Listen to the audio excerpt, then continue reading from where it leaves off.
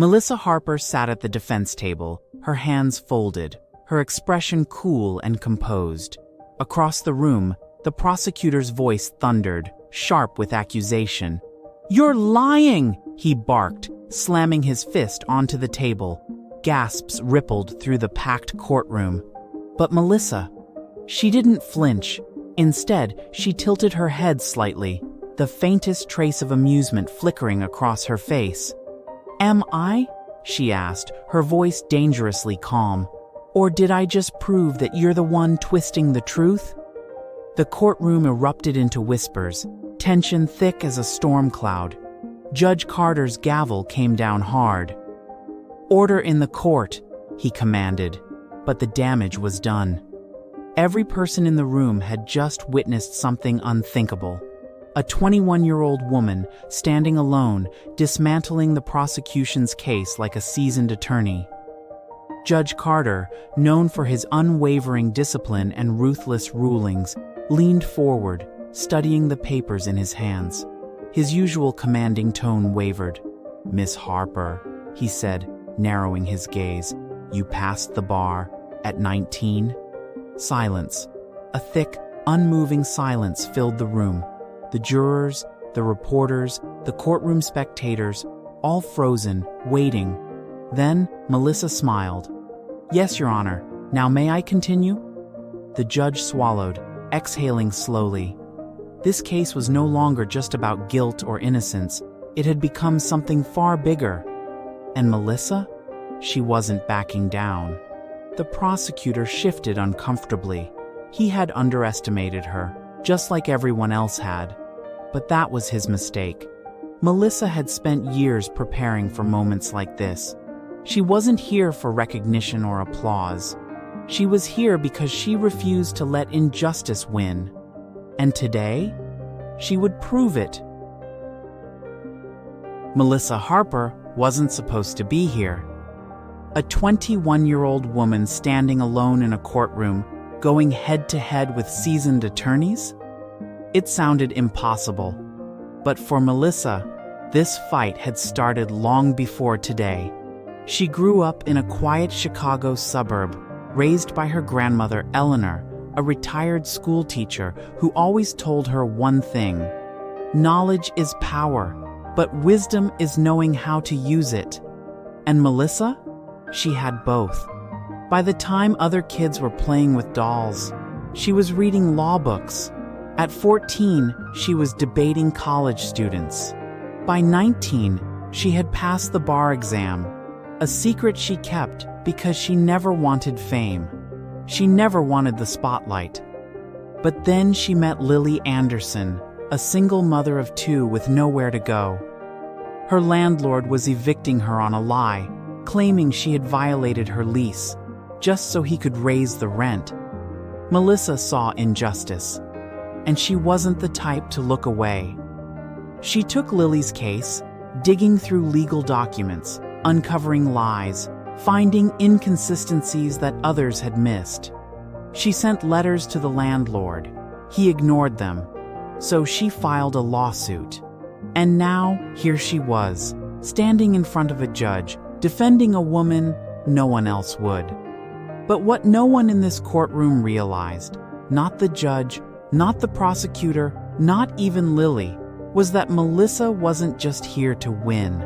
She was here to prove that power didn't belong to those with money or influence. It belonged to those brave enough to fight for it. They had underestimated her, and that was their biggest mistake. Judge Carter leaned back in his chair, shaking his head, his tone dripping with disbelief. A 21-year-old standing in my courtroom, arguing a case like this? He chuckled, glancing toward the prosecutor. "Mr. Cole, should I even be taking this seriously?" The courtroom snickered, a low ripple of laughter spreading through the gallery. But Melissa Harper didn't even blink. She stood tall, her hands steady, her eyes locked on the judge. "I'm not asking you to take me seriously, Your Honor," she said, her voice even, unwavering. I'm asking you to take the law seriously." The laughter died instantly. Judge Carter's smirk faded.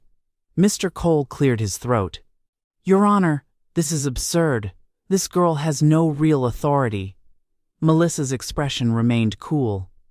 "Objection," she cut in smoothly. "I have passed the bar. I have filed this case within the legal framework. Unless opposing counsel would like to argue against the Constitution itself, I have every right to be here." A murmur rippled through the crowd.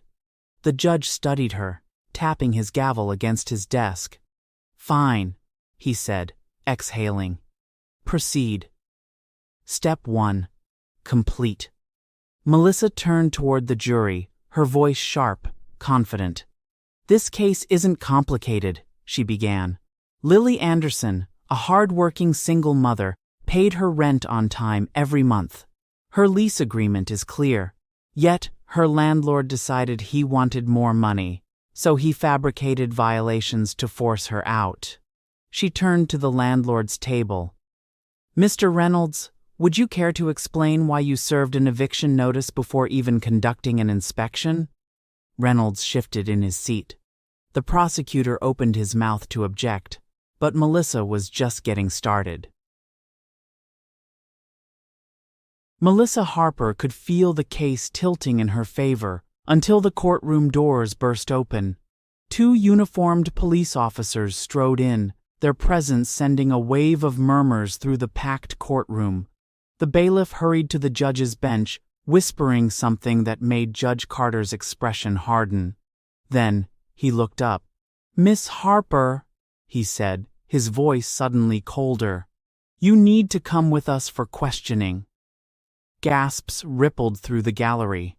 Melissa's stomach tightened, but she kept her expression neutral. Across the room, Lily Anderson's face turned pale. She met the officer's gaze. "On what grounds?" One officer stepped forward. "We've received a report that you falsified evidence in this case." Melissa's jaw clenched. They were trying to scare her. This was a desperate move, a last-ditch effort to silence her. But she wasn't backing down. The cold metal chair creaked as Melissa sat in the interrogation room. The dim light flickered above her, casting long shadows on the wall. Across from her, Detective Harris leaned forward, hands clasped. "You're in a lot of trouble, Miss Harper," he said, sliding a document across the table. Melissa glanced at it. A printed email chain. Her emails. Or so they wanted people to believe. "Your evidence was tampered with," Harris continued, his voice thick with accusation. "Timestamps don't match. Signatures look altered." Melissa's pulse stayed steady. "Where did you get this report?" she asked. Harris smirked. "That doesn't matter. What matters is whether you committed forgery." Melissa leaned back. They were bluffing. "Detective," she said smoothly, "if you truly had proof, I wouldn't be sitting here. I'd be under arrest." Harris's smirk wavered. Melissa Harper walked back into the courtroom, her posture unshaken, her eyes burning with determination. They had tried to frame her, to break her, but they had failed. Now, it was her turn. The tension in the room was suffocating. Judge Carter's gaze followed her as she approached the bench, her shoulders squared, unflinching. The prosecutor, Mr. Cole, shifted uneasily, sensing the shift in power. Across the aisle, Lily Anderson clutched the edge of the table, holding her breath. Judge Carter leaned forward. "Miss Harper, are you prepared to proceed?" Melissa nodded once. "Yes, Your Honor." She turned toward the jury, her voice sharp, unshaken. "The defense has tried everything to silence us. Fake violations, fake witnesses, even false accusations against me." She walked to the center of the room, holding up a fresh stack of documents. "But facts don't lie, and today I present proof that Mr. Reynolds not only fabricated his eviction claims, but attempted to manipulate this very court." The bailiff took the documents and handed them to the judge. Judge Carter's face hardened as he flipped through the papers. Melissa turned, her eyes locking onto the landlord. "Mr. Reynolds, do you deny that you paid witnesses to testify against my client?" Reynolds's jaw clenched. His lawyer jumped in. "Objection!" Melissa held up another document. "These are financial records linking Reynolds to a shell company, one that paid for falsified testimony." Gasps, murmurs. The prosecutor shot to his feet. "This is—" Melissa cut him off. "And these," she continued, lifting more papers, "are verified emails confirming those payments." Judge Carter's voice was like steel. "Mr. Reynolds, you are hereby held in contempt of court." Melissa exhaled. She had won. Melissa Harper's story teaches us a powerful lesson. Justice isn't given, it's fought for. Too often, people in power believe they can manipulate the truth, silence those who challenge them, and escape accountability.